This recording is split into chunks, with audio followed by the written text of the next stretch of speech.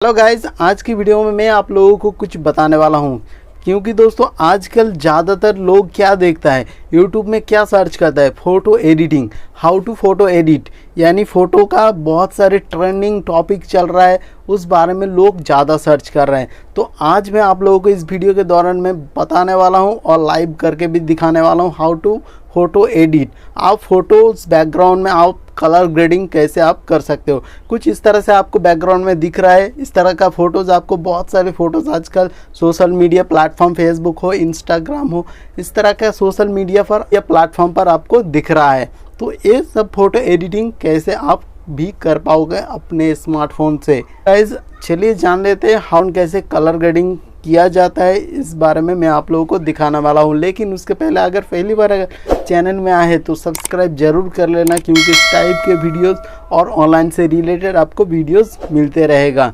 तो चलिए स्टार्ट करते हैं।